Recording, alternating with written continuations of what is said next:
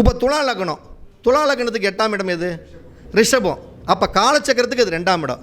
துலா லக்னத்துக்காரங்க இதில் கெட்டிக்கார ஆளுங்க, அப்படியே பணம் சம்மந்தப்பட்ட விஷயத்தில் கண்ணும் கருத்துமாக இருப்பாங்க. அவங்க ஆள் மனசே என்னென்னா பணம், பேச்சு, குடும்பம், மனைவி என்ன சொல்கிறாங்களோ அது மாதிரி. அதாவது அவங்களுடைய அந்த எண்ணங்களே துலா லக்னத்துக்கு அதன் மேல் தான் அதிக மோகம் இருந்துக்கிட்டே இருக்கும்.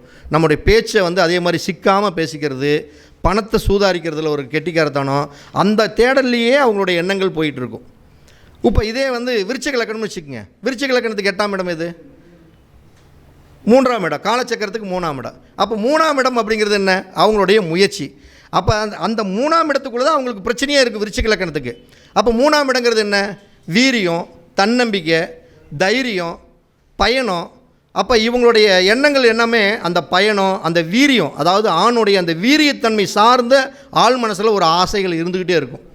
அதையெல்லாம் கொஞ்சம் கண்ட்ரோல் பண்ணிட்டாங்கனாவே இவங்க விருச்சிக லக்னத்துக்காரங்க ஜெயிச்சிருவாங்க. அதே மாதிரி 3ஆம் இடம் எங்கேயோ ஒரு பக்கம் போய் கையெழுத்தில் லாக் ஆகிக்குவாங்க.